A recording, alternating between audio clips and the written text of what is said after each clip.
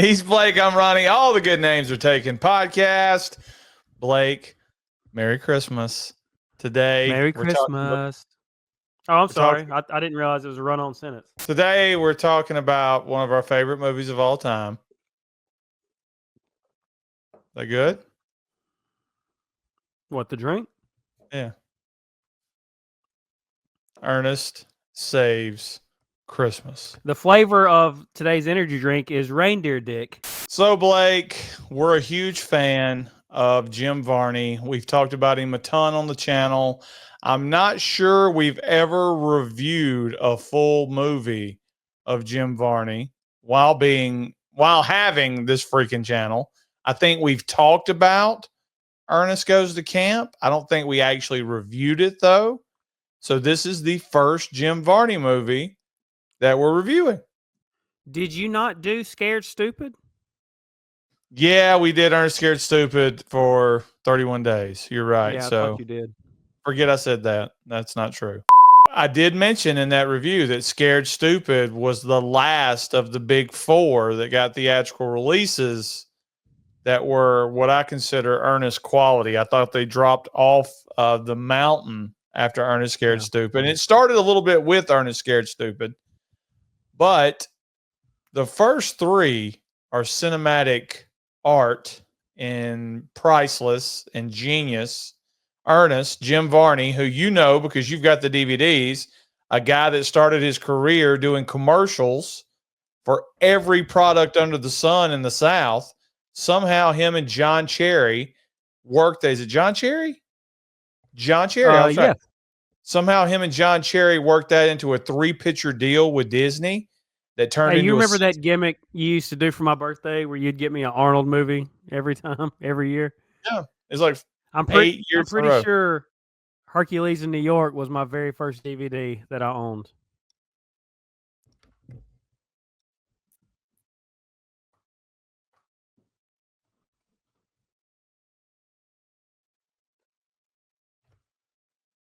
I didn't hear you. What'd you say? I mean, Jeff Bridges, Sally Field. Never heard of it. Does him and Jeff Bridges have a sex scene in it? Yeah, it's got nudity. Well, I don't understand what the hell we're doing. His underwear is hanging out. Look at that ass. I see booty. And speaking of nudity on this show. It's a nice sweater. Oh, yeah. Christmas sweater. It doesn't get any better than that. The Mega Powers, the handshake. Well, I ordered it thinking it was like ugly Christmas sweater, but they bamboozled me, Ronnie. This is like a very thin material. It's not like sweater material. It's not warm. So I don't know if I can wear it out in public comfortably. This movie starts off with Santa Claus at the Orlando airport, Blake. I've always liked this version of Santa Claus. I don't know if we would do if we did a ranking where he would be on that, but I imagine he would be top 5. I don't know who this actor is, but and I can't tell you anything else he's been in, but I think he really nails this part. What say you? They're doing the research. He played Santa Claus in a movie called Santa Claus 1985, so he had experience playing Santa Claus. I thought he's a really good Santa in this movie because he's sort of like a fish out of water Santa, because he's coming to Orlando to pick the next guy that's going to take over as Santa Claus. And he explains to Ernest after they meet that over the years, the power starts to fade. And he's kept the Santa Claus role way longer than he should have. And now he's here to pass it on to Joe Carruthers, who runs a show on public access that just got canceled called Uncle Joey's Treehouse, Blake. Do you think that the power of Santa fades with everyone around the same time, or do you think it's different with each individual? Well, coming into that, I think it's going to be different with each individual, because coming into this one, he's already forgetful. It's like he's got Santa dementia almost, because he's having to write stuff down. And he even mentions that he forgets his sack later on in the movie. He seems confused by things. So I think that he may be the real heel in this movie because he didn't transfer the power over when he needed to, and now he's become maybe like a subpar Santa. He even brings up when they arrest him that he did have some real currency, but he gave it away to a 6-year-old and kept play money instead. So what the gimmick they were getting at is he gave somebody a Monopoly board, and the child asked for extra money with the Monopoly. And this Santa is so confused because his power is draining that he actually left him like $1,000 in real money. This currency belongs to a one Mr. Funtime. This bill carries the likeness of one Mr. Funtime. Do you think there's in this timeline, Ronnie, do you think there's ever been a situation where Santa won't hang it up and the people at the North Pole have to force him out? No, I think it's a situation probably where you're right. Santa Claus is always it's always a good human being with the right head on his shoulders. They know when to hang it up. You're right. I was doing research and I've always thought, Blake, you hear Ernest Saves Christmas. It's going to be a movie about Ernest with Santa Claus. Santa Claus is searching out somebody that's good enough or honorable enough to take over the mantle of Santa and take care of kids.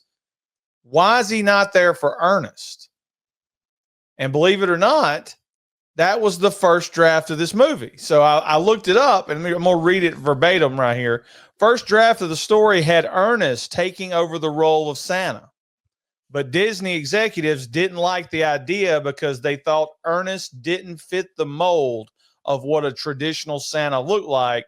So they had them rewrite the movie so that Ernest was helping Santa find a successor. Would this movie have been better if Ernest was taking over as Santa? Then you pretty much you've got the Santa Claus like 6 years before the Santa Claus comes out, because you'd get to follow Ernest as he's delivering these presents, which I think would have been hilarious. But at the same time, this movie has such nostalgic, feelings for me that I can't see it any other way. I'm not sure we could have gotten a full Ernest experience if he was the one taking over for Santa Claus. We wouldn't have got the Auntie Nelda, whatever her name is. We wouldn't have got the Snake Man. We wouldn't have got the guy in the jail cell. It would just been Ernest delivering presents. And I'm not sure that's as good as what we actually got. Now, the idea is amazing, but I think the execution of it, it would have been interesting to see where they went. I'm with you. This is such a nostalgia piece for me. I don't think there's any movie better than Ernest Saves Christmas or Ernest Goes to Jail. But obviously, we talked about nostalgia, but there's just certain movies when you watch them, it just feels like Christmas. It brings you back to when you were a kid around Christmas. And for me and Ronnie, Ernest Saves Christmas is that movie. When he's digging in the sack and pulling out the gifts in Vern's yard. I mean, the Christmas lights, him picking out a tree in the beginning, it just feels like Christmas. Even though it takes place in sunny Orlando, this whole movie feels like Christmas. It really does. It feels like a Southern Christmas. I don't know if that's what you were bringing up, but the guy at the very beginning of it that Santa Claus is with in the airport, he's like, look at this, 80 degrees in Christmas Eve or something like that. And we're used to that in the South. Some years it may be 20 degrees. Some years it may be 70 degrees and raining. And in Florida, it's always 70 degrees. So that just comes with the territory of a Southern Christmas. And I think that fits the Ernest universe perfectly because Ernest is from the South. One thing I did notice when I was doing a little bit of research is originally, for the people that have seen Ernest Goes to Camp, there's a bunch of like country music in the background, guitar, fiddle, things like that. And they were carrying that over into Ernest Saves Christmas. And at the last second, they decided to go with more of a orchestra style score for the movie. Disney didn't want to fork out the money for that until they actually heard a sample of it in a scene. And then they added money to the budget so they could have an orchestra, a Christmas orchestra score for the movie. Yeah, I'm glad you brought that up, Ronnie. We're told right away this movie takes place in Orlando, Florida. Do we get a location on the other movies? No, we don't. We don't. This is I don't think we do. This is like the first movie, maybe the only Ernest movie to say, hey, we're in Orlando. And we're going to use a bunch of the Orlando scenery to film these scenes. Like the Orlando Children's Museum is actually the Orlando Kids Science Museum or something. That's a real place. That old lady from Home Alone is and One Crazy Summer actually really works at the place there. Okay, so I mean it's all real.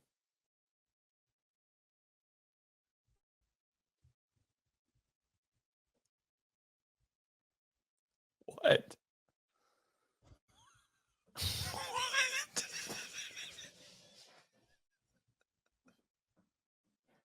Why are you just sitting there looking at me? What's wrong with you? I'm trying to figure out where he was going with that.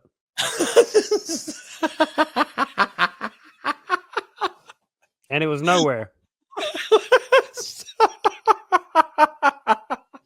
Have you seen? Listen, for some reason, this is all my algorithm is right now on YouTube, Twitter, and Instagram. Have you seen the reel where the text says, "When I'm in Bath and Body Works for over an hour, this is my husband," and it's a clip of Buffalo Bob Bill saying, "You put your heavy lotion in the basket." I haven't seen it. He puts your lotion in the basket. I'm gonna send it to you right now. I want you to watch it. I want you to get your live reaction. It don't matter. Your service is so bad during this whole thing, it ain't gonna matter.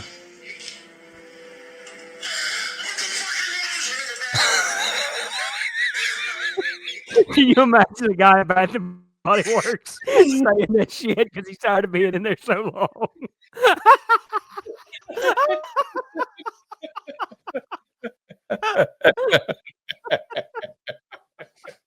You got to figure out how to put that on the screen, Ronnie, for the Put the fucking lotion in the basket. He's so fed up, man.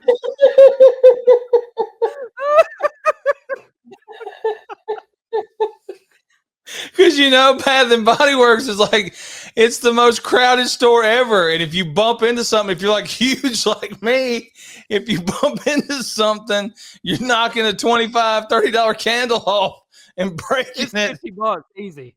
It's the same damn lotion everywhere. So it's either this big, that big. What's the choice? Just put the lotion in the basket. Let's go. He's so fed up.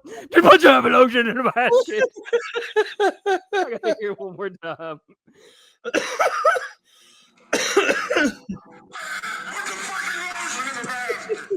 In the basket.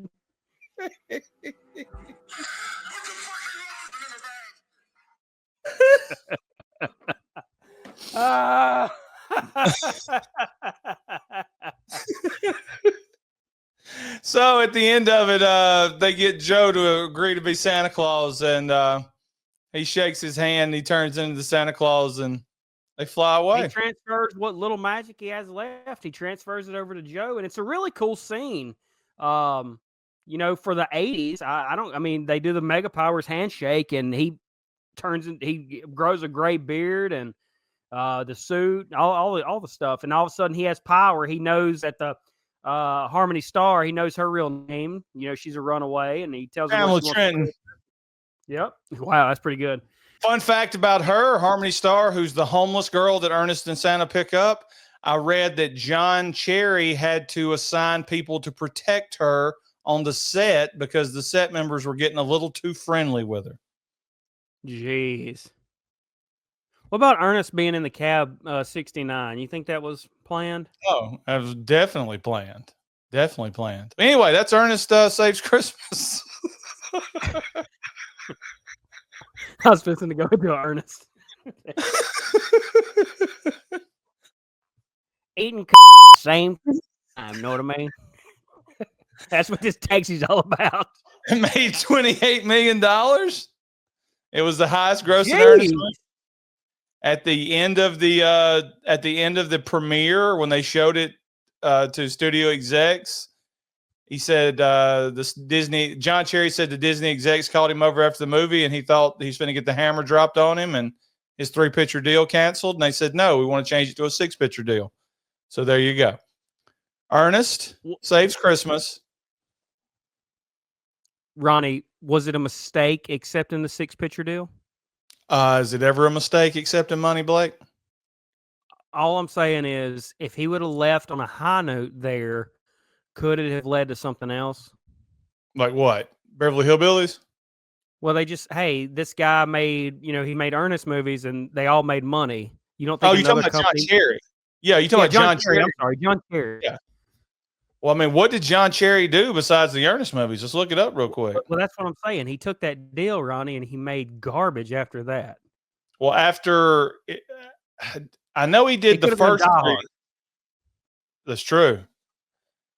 After the first 3 movies, I do think John Cherry's brilliant. he's directed 23 things, Blake. It's not Let's a see. lot, though. Born in I mean, 48. Vincent Sonny has 6 credits. That's true. Died in 2022. He said Ernest Saves Christmas was his best Ernest movie. I would believe that. Okay, after a small delay, we're back. Blake, let's put a big bow on this Ernest Goes to Christmas. We watched it all the time. What are some of your favorite parts of this movie? When Ernest shows up at Vern's house. It's Santa's little party helper. This is Harmony. I think that's one of the better scenes in the movie. Also, first time we get, Vern in an Ernest movie. It just reminds you of the commercials. I don't know. It's a great question. It's a throwback to the guys, for all the fans who were, there with Ernest in the beginning. And, he just goes in and destroys his house just like he used to in the commercials. It's fantastic. And as far as like the Christmas scenes, it's really nostalgic for me. I love when he's, outside and he's digging through Santa's sack and pulling out those gifts. I love that. And I love Chuck and Bobby. We forgot to bring up that the way they explain Santa having all the gifts in his sack is they're round magical orbs that change into whatever the kid wanted for Christmas. And when Ernest is digging through the sack, he goes through like 50 different presents to try to give to Harmony, and none of them are correct because he doesn't work for him. Did you know you were going to talk about Chuck and Bobby? Did you know that Chuck and Bobby started in commercials with John Cherry, just like Ernest, and they were twin brothers that didn't look alike? I did not know that, because Chuck, I think Chuck's a little more famous than Bobby. I mean, Chuck went on to do Getting Even with Dad with Ted Danson and Macaulay Culkin. He was also one of the assistant coaches in The Replacements. Mm-hmm. He's been in some other stuff too, but Bobby's the one that, really didn't do much. Librarian in downtown Nashville. Yeah, well, I doubt he still is, but up until like 5 years ago, you're right, he was. I may go see him in March. I'm going to be in that area. So, you reckon he still works? That would be great to go see Bobby. Got to eat, brother. What do you think about some of your favorite scenes from the movie? I hate to steal yours, but my favorite scene is probably Party Punch. Ooh. Party Punch. Yeah, that ought to hold.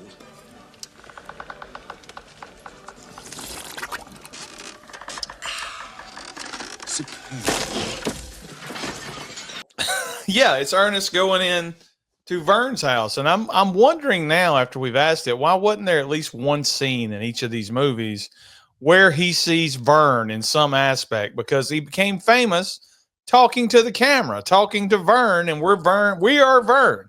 Yeah. The people are Vern. So that'd be a good book if somebody ever wrote it about Ernest. We are Vern. But I don't know. I mean, that whole scene where he goes in there and destroys his house, and you know me, the fact that he picks up the punch bowl to drink out of the bowl, thus ruining every bit of the punch, is hilarious to me. I love the Snake Man, the whole poison. That's all these movie people want. Poison. That's all these Hollywood people want. Poison. I like that. Anytime he dresses up like the old lady, I like that. I even like when he's pretending to be the dude from the governor's office so they can get Santa Claus out of the slammer. I like that. I like Ernest in this movie because I think out of all the movies, this is the most intelligent that he comes off. They don't really dumb him down. Like, he figures out some stuff. Like, he knows right away, even though he doesn't show it. He knows that this Harmony girl is a liar. Everything he knows that because when him and Santa are going to meet Joe, he tells Santa, you better check the sack. Santa checks it and it is his sack. And he goes, you got to learn to trust people. But that shows that Ernest has some intelligence right there. He still does his goofy stuff, but at least it's not like Ernest Scared Stupid when he's opening the door into his own face. I mean, the goofy stuff is something me and you could be accused of doing. To answer your original question, I think it might be the first time we see Ernest in the cab, and the guy in the back seat is like, hey, man, can we hurry up? And Ernest is like, all right, thrill driver. And he's like flying down there, and the guy falls out the side of the cab onto the side of the interstate. And Ernest has to get him, and he's frozen stiff. You don't know if he's dead and rigor mortis is set in or what. And Ernest just throws him on the conveyor belt with some of his shit. And I love that scene of Ernest deadlifting him on the side of the interstate too, because I mean, there's no getting around that. Jim Varney had to pick his ass up. I always thought that was good. Going back to your grandma scene though, these steps might as well be Mount Everest. I love that. The guy from the Monster Squad, I even liked him. He's the most annoying character in the movie. He is Joe Carruthers' agent, and I'm not even sure. I guess Vinny could tell us, do actors that never get any work like him, do they have agents? Or do they just wait for people to contact them? Agents, publicists, they got it. You got to have it all, Ronnie, if you want to make it in this biz. But he's the crooked eye guy. He's Eugene's dad from Monster Squad. He's the guy sitting beside John McClane on the plane in Die Hard. And he's Joe Carruthers' agent in this. He's super annoying. He says stuff like, I don't understand. Like, I've already got you an appointment with my hairstylist, Derek. He can do anything with a hair blower. I mean, who calls it a hair blower? It's a fucking hair dryer. So, I mean, Derek is straight. No, homo. So, he had no choice back then, right? Yeah. In the 80s, if you were a hairstylist, you were gay. I mean, that's just what you had to be gay to get the job, or at least pretend to be gay. So, you think that dude from Designing Women was gay, Anthony? No, he had to pretend to be gay to get that spot on that TV show. What'd Zohan's dad say when he found out he was a hairstylist? I never knew you were But there's another scene when Ernest gets his hands on the sleigh, and they end up in space, which I think is great. But there's a scene where Ernest hits the turbo or whatever, and he screams, I need oxygen. And there's actual oxygen on Santa's sleigh in case he gets too high and can't breathe. And Ernest is trying to put it over his nose. I need oxygen. Before he flips back, and those two midgets are cutting up, but they're above the earth. And he looks down, and Ernest goes, nobody moves. Nobody dies. Nobody moves. Nobody dies. And then one of the midgets in the back sneezes, and they're going straight down like a missile. And he hits the freaking reindeer, hit the brakes right before they hit.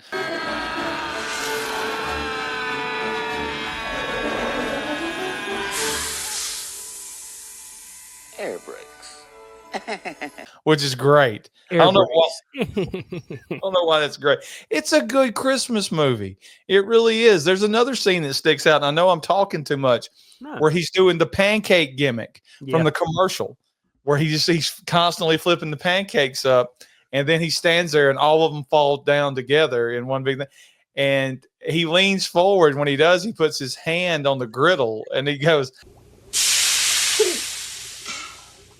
I like lots and lots of butter with mine, don't you? I like mine with lots and lots of butter. You just hear those hands cooking.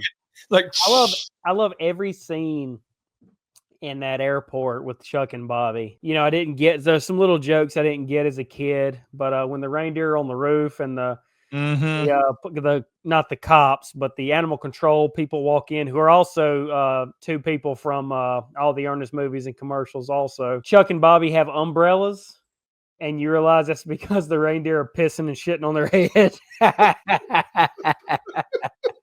Did you know this was the only Ernest movie to get a theatrical release outside of North America? I did not. I know it opened the same weekend as Child's Play, so it didn't win, but it did come in second. You know, you mentioned earlier it made a ton of money. It, 5 times this money. So I mean, can't ask for nothing better, really. Well, I guess you could, but Yeah, that's for hundreds, I guess.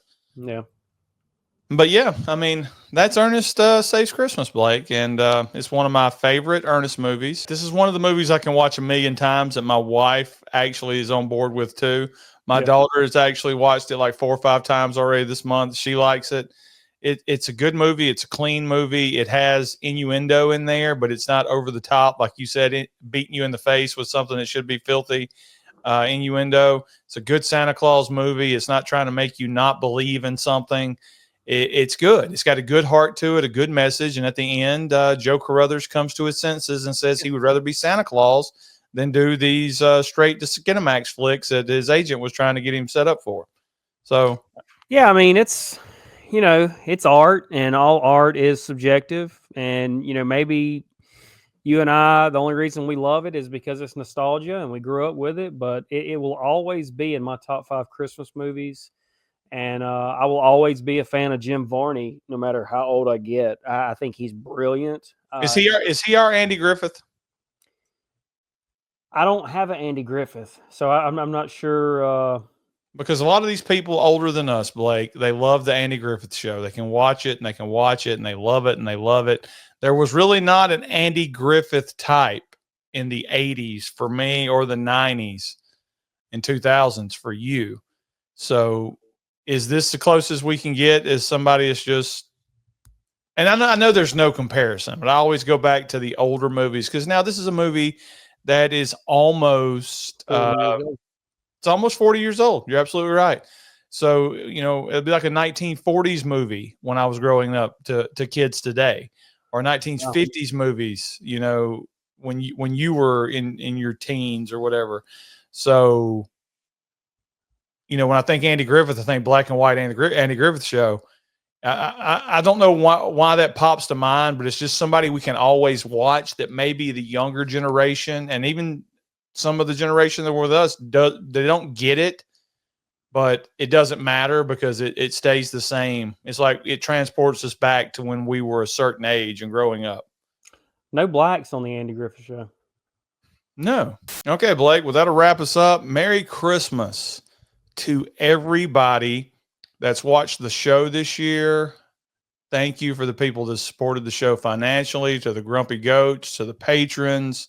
We can't thank you guys enough. To people that have endured 14-hour marathons, 2-hour live streams of nonsense, riffing videos that we started doing a lot more this year that we really enjoy doing. Those will be back. Taco Tuesday will be back coming into the new year.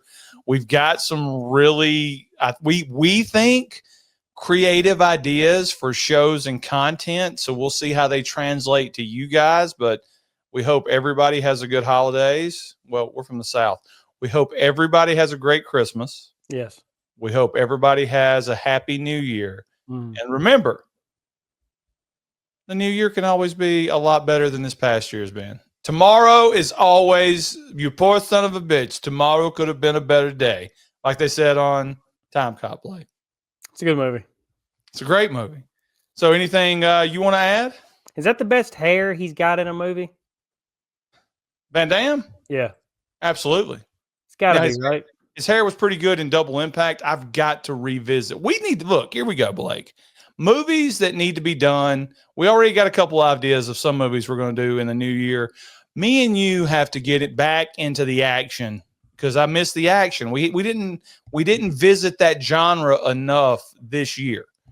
We need to get into the Van Dammes. We need to get Chuck Norris. We need to get back to Schwarzenegger. I don't do requests. We got to get back in Dolph Lundgren. We got to get back into the VHS aisle where all the action movies were. We've got to get in that aisle. We got to steal some gimmicks, and we got to watch some action movies, because we're not going to do another horror movie until October. And if that makes people mad, those have to be mad. I mean, Friday the 13th content, we'll continue to do those live streams because it's our duty to try to please that booty. Edit. It's our duty to try to get us a proper movie. And we know, unlike Vinny, crying and complaining on Twitter or X, that's not going to get you a movie. But putting out content, letting people know the good aspects of this franchise, that's going to get you a movie. And we're going to get y'all a movie. Don't you worry. We're going to get you a movie. Speaking of horror content, I agree with you 1,000%. Let's not visit it at all until October. But we haven't been in the Halloween portal in a while. Do we want to do that at Christmas time? Well, I think it's just seeing if anything is there. So you're thinking Halloween portal right here at Christmas time just to see. Well, I mean, you know how I feel about horror right now. I mean, I'm sick of it, but I do think we should check in on it and make sure that there hadn't been any updates, because it is our, like you said, it's our duty to throw out the latest info. All right, here we go. One time, because we were getting in some weird shit last time. We hit it a bunch of times. Yeah, it's pretty weird. I'm gonna shake it like one of those. Oh, dropped it. I hope I didn't break it. All right, you ready? Yeah.